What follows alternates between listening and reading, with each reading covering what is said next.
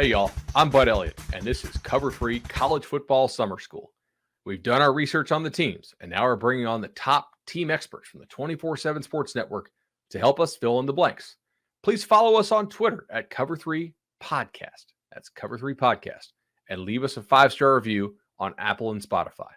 All right, class is in session. Hey, y'all, welcome back to the Cover 3 Podcast Summer School Edition. Now we're going to talk one of the true powerhouses in the sport of college football. That's right, the Clemson Tigers. And to help us break it down, we are joined by Clemson247's Anna Hickey. Anna, welcome to Cover 3. Hey, Bud. Thanks for having me. Good to see you again. I know we'll be meeting up, of course, at the ACC Media Days this summer, but it is summer school, so we got a little Clemson Tigers to chat about. Last year, somewhat of a step back on the field in terms of the win-loss record, but all the power ratings still really loved Clemson as a team, and just absolutely dominant defense and offense that was at times challenged, and a lot of turnover this offseason. So I figure we'll kind of start with what they need to work on offensively, and then we'll just gush about this defense for the final 5 or 6 minutes. So for the first time in quite a while, an offense outside of the top 70. Tony Elliott's gone to Virginia. Did you buy the criticisms of the offensive coaching staff for the last 2 years? I know we first started to kind of hear it when Trevor was going through the draft process. Some of the NFL guys weren't quite as impressed with some of the elements of the offense. Yeah, I think so. But they made the coordinators available during the week, and that makes such a big difference in trying to get it. And they were extremely transparent. Jeff Scott when he was there, and then Tony Elliott last year, and explaining to the media kind of their thoughts on why the offense was struggling. And obviously Elliott is not going to come out and say, yep, the scheme sucks, like it's all on me. I mean, he did admit that certain things needed to change, but it came back to the personnel, it came back to not being healthy. And then obviously you're not going to just throw your quarterback under the bus, but it came back to DJ Uiagalelei just not meeting expectations. Offensive line was banged up and dealt with different combinations, but at the end of the day, they were not meeting expectations. We could argue wide receiver play was certainly down. So just kind of a storm of things. But I think this offseason we've heard from Brandon Streeter, who was the quarterback's coach, now is the offensive coordinator, and Kyle Richardson, who was promoted from an off-field role to passing game coordinator. And they've been pretty open saying, yeah, we're going to tweak some things. Like, I don't think you're going to see Clemson overhaul this offense. It's been a successful offense for a reason, but I think you're going to see more tempo. And another thing that Richardson pointed out was, and it sounds elementary, but just wanting more post-snap answers built into the route running downfield. Last year, years in the past, it kind of seemed like if option A was shut down, taken away, then that was kind of the end of the play. DJ would hold on the ball too long, make a bad decision. It would result in a sack. Offensive line wasn't good enough to hold up long enough. It just was kind of a myriad of things. And I think now another thing we heard from the staff was they want to simplify things. They're taking some, which I thought was interesting and pretty transparent. They've said, yeah, during install, we've installed things going back to Chad Morris since the spring, just because it's been in our offense. And then come fall, we don't actually ever call these things in games because they're not that great of calls. So anyways, they're taking that out, putting some more post-snap answers in. And I think they hope that that'll help get more playmakers the ball in space, which is kind of the ultimate goal. That's a really interesting answer. Obviously, one of the major questions, which you just answered, is like, if you promote from within, what changes, right? So it makes you wonder, kind of, did those guys have those ideas and thoughts going last year as they were assistants, and now they're elevated to that coordinator spot? One thing I'm very interested in, and obviously the personnel on this team much better than I do, is I feel like Clemson always had a guy, whether it was Hunter Renfrow or Rogers or somebody, who could get open reliably underneath. Like if you put a linebacker or a safety on Hunter Renfrow, that was a mistake, and he was almost always going to get open on third and Renfrow. Last year, the only guys who were less than 6'1" who ran more than 10 routes, like 10 routes for this team, were Dabo Swinney's sons. So which, no offense to Dabo Swinney's sons, but like they were walk-ons out of high school. Like, they're not really the upper level Clemson talent, I would assume. Do you think that like the lack of diversity of bodies and skill sets has been a hindrance? And if so, who do you see stepping up in that like slot underneath, get open underneath type role? Yeah, I think they probably would go back and recruit a different skill set, body type in a couple of classes previously. Last year, Troy Stellato can be a slot guy, but he was a true freshman. Brandon Spector is a slot guy, but he was out all year with COVID. And then they tried putting Justin Ross there because, like you said, they had these bigger body types. They wanted EJ Williams on the outside. And then, they had Joe Ngata, and it just didn't. He's talented, so it works sometimes, but it clearly did not work all the time. So much so that towards the end of the season, they put Bo Collins, who was a freshman last year, in there, and that mixed results. This year, they really want Brandon Spector to kind of be that guy. They love his speed. They love his change of direction. It's just he's been out of football for a whole year and dealt with a myriad of health issues related to COVID and breathing. And so, he does have a spring ball under his belt, and the hope is, that he can carry that into the fall. Another guy that I kind of have circled for potentially helping out this season in that role is freshman Antonio Williams, a Dutch Fork. He doesn't arrive until July, though. So, I don't know what that'll mean for fall camp in the beginning of the season, but he is someone I think, if not towards the beginning of the season, maybe towards the end, he'll be able to come on and help Clemson in that role. But you're right. They definitely missed that last year.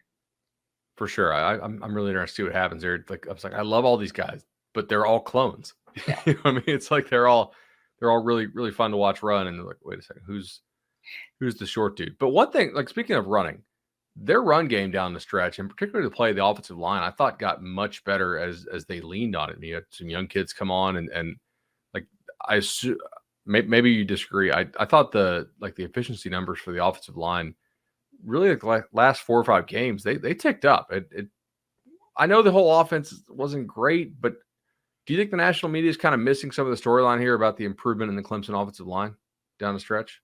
Yeah, I think it definitely got better. I think Will Shipley getting more comfortable helped too.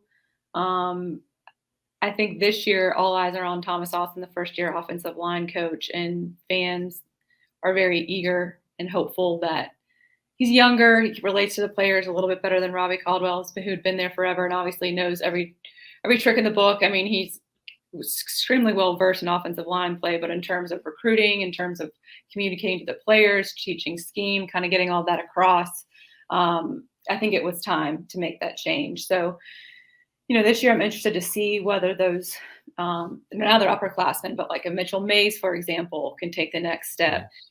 You have Walker Parks and Jordan McFadden on the outside, and they're great players. So I don't think you should have too much of an issue there. Center was an issue last year. This year they're sliding starting guard Will Putnam into center, and so far so good. He had a good spring game, didn't have too many snapping issues in the spring, so we've been told. And I think they might actually go to the portal for a guard. So not just quarterback Hunter Johnson, who is, in my mind, that's not really a portal addition. But it's like an HR hiring decision. Yeah, exactly. So I think that'll be a priority between now and whenever they can get a guy on board. But I do think if guys can stay healthy, should be better than last year. So DJ or Cade, is there in your mind somebody who is the favorite to win this job at QB? So it's not really a job if you ask Dabo. I mean, or a competition if you ask Dabo. He said after the spring game, he was asked about it, and his wording was DJ did nothing this spring to lose his job, which was not exactly like DJ did everything to keep his job. It was kind of skirting around the question a little bit. I mean, I do think that if you have to ask, it's kind of a question. Right. No, yeah. And especially after the spring game where with DJ, I mean, he looks better. He's more mobile. He's down to 240 pounds. He said he played his heaviest last year at 260 and wants to play this season at 230, 235. So he just looks better. And the whole point of losing that weight was just to be more mobile in the pocket, kind of navigate it better. And that we saw last Saturday in the spring game. And hopefully the idea is that would translate to better footwork, better balance, and which I thought we saw in the spring game too. But again, he's in a purple jersey. It's not live bullets. He's not getting tackled. So when he's really under duress, does that footwork that was just horrendous at times last year. Is it actually better? And then even in the spring game, his accuracy wasn't where it needed to be. He did miss some throws. And obviously the teams were split up. His offensive line didn't have the full offensive line or arsenal at wide receiver, but it wasn't 100. I mean, it wasn't a 180-degree change from what we saw from last year. Klubnik, obviously number one quarterback last year, composite, big time talent. He's 190 pounds. I think Dabo wants him to get up to 200 before the start of the season. And you look at him in his frame, he's just skinny. And I think he's used to in high school. He's a fast dude, don't get me wrong, but in high school, kind of running away from everybody. And Dabo kind of made the point he's not going to run away from Xavier Thomas or Miles Murphy. So his legs definitely are an asset, and he's got great touch on the ball. He's accurate, but he's still a freshman. So I'm interested to see how much he can grow, how many steps he can take in terms of grasping the offense, protections, all that sort of thing this summer and this fall camp. And if DJ comes out against Georgia Tech in week 1, Labor Day weekend, I think that's a Monday game, and struggles, immediately the conversation will be, okay, when is Klubnik coming in and what can he do? And is he the best option? No doubt about it. So I know you don't know this because we haven't released them yet. We already did the Georgia Tech one, and I don't think that Clemson is going to have much problems. But if they do, you're right. Yeah. Well, didn't we say that all last year again? We did. I mean, in every week. This is true, and it turns out it was kind of more of a Clemson problem because Georgia Tech was bad. Something that wasn't bad though, and that just held everything together, was the Clemson defense. I mean, Clemson could have punted on third down last year and still won a whole bunch of games because of this defense. And I think the elephant in the room for those of us who don't cover Clemson on a daily basis is Venables going to Oklahoma. Longtime defense coordinator, I think multiple time Burrell's Award winner. If not, he should have been. What do you see changing with this defense this year? Well, now led by Wes Goodwin, who's been under Venables, so the scheme is not going to change a ton. I do think we heard a lot this spring is that they're simplifying things. I don't think that necessarily means, they're, like I said, they're not changing the defense, but what we heard from multiple assistant coaches is what they slowed down the install. So there's no need to install 220 blitzes on the first day of spring to where, the Jamie Skalskis that have been there forever can grasp it. The freshmen, have kind of head on a swivel, and then the offensive line is just completely overwhelmed. So in practice, so what they kind of did was they want to teach the nuances, teach the position a little bit more, and make sure guys know what they're doing, why they're doing it, whether it's technique, fundamentals, scheme-wise, whatever, just spending more time on that. And then a week-by-week basis, building the install depending on the game opponent in the fall. So we heard the term simplification plenty. Now, with that said, they're going to be aggressive. We saw in the spring game, I mean, they were bringing a safety blitz. They were doing all sorts of things in the spring game. So, I don't know how much it'll change scheme-wise, especially when you have a dominant defensive line, which Clemson will this year. I think they'll have one of the best in the country. At least they'll have one of the more veteran ones in the country. Should be pretty fast and athletic at linebacker. They knew Trenton Simpson, who played Sam last year, inside the box. So I think you'll get to see his skill set more. And then if you're looking for a breakout player, I would look at Nate Wiggins, a sophomore cornerback. I think he'll be pretty locked down for Clemson this year. Awesome. Going back to that install approach, I think it's very interesting that the coordinators are working together, or maybe that's Dabo telling the defensive coordinator, Wes, who I know a lot of people have a ton of respect for, hey, like, this is a holistic approach, and we do need to think about how what we do every day on defense impacts our offense. Maybe need to spoon feed the offense a little bit to build some confidence, or just allow them to function. It's almost avoiding kind of some of those like more famous Muschamp Florida practices where the offense just couldn't get going because the defense was great and they were going full speed from day one. And I don't think any other team has all 9 defensive linemen who had 100+ snaps return. How does Dabo keep all these? I know he doesn't take very many transfers in, but there's got to be other teams out there who are just looking at it saying, you can come start here. You can come start here. That's amazing. Like that depth, it just creates such a floor for this team. There's so much that could go wrong. And when you have that many dudes who are proven good players and experienced, it's just almost impossible to have any kind of huge drop off, even in the worst case scenario. Like I try to do floor ceiling projections, and I'm looking at Clemson. I'm like, the floor is super high, even if the offense sucks, because of that defense and particularly defensive line. It's nuts. Yeah, I'm surprised. I don't think anyone saw Xavier Thomas returning. I mean, people thought he was going to be a 3 and done, and he felt like, and last year he decided to stay. And this year, this was kind of like, last year was like, all right, this is like your exclamation point. You got your body back. And this year he just feels like there's another level for him. He wants to get double-digit sacks. It's kind of his goal. So yeah, and then Miles Murphy Jr., this is kind of his money year. I think he'll probably turn pro after this year. And KJ Henry decided to come back. Justin Maskell. Those are just the ends. And then inside you've got Brian Brzee, who was injured, coming off an injury, shoulder and knee, but should be ready to go by this offseason. And then Tyler Davis inside. And then that's not even mentioning like Ruke Ororo or Trey Williams. So yeah, like you said, they're loaded. And I think Christian Wilkins few years ago and Austin Bryant, when they decided, they kind of surprised everybody and decided to come back. It kind of set the expectation at Clemson that you can come back and accomplish what you want to accomplish, whether it's win more games, get a higher draft grade, graduate, whatever it is. And those defensive linemen, they've kind of created that identity. They were the Power Rangers. And this year they've come up with a name. I can't remember what it is, but they've all got their own kind of identities, and they embrace it. They like it. They like each other. And I think they like the fact that they're the alpha position on the team. You mentioned Trenton Simpson, obviously, who was a very fast rising recruit. Right? I know everybody had him pretty high.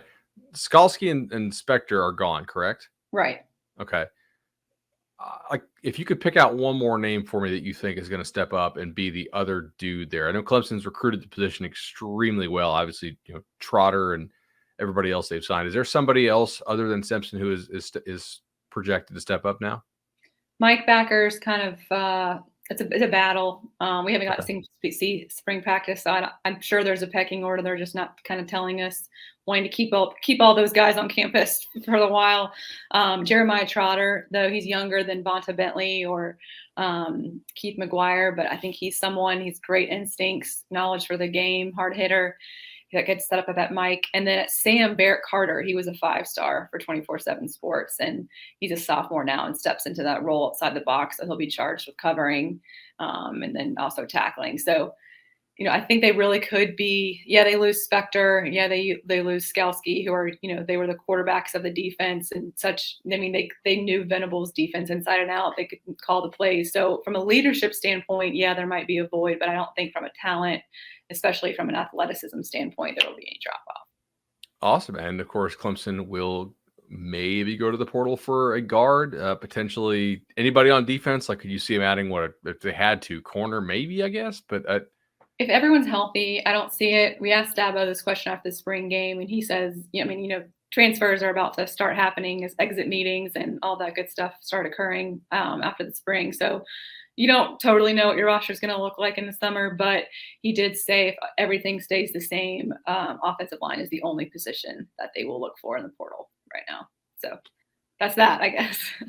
Anna Hickey of Clemson247 joining us on the Cover 3 College Football Summer School Series. Anna, really appreciate the time. Learned a lot about the Tigers today. Thanks, Bud. All right, that's the bell. Cover 3 College Football Summer School is over for today. But don't worry, we'll be back soon with even more episodes filling you in on the top teams in college football. Please give us those 5-star reviews on Apple Podcasts and Spotify. Follow us on YouTube and on Twitter at Cover 3 Podcast. And we'll see you all soon.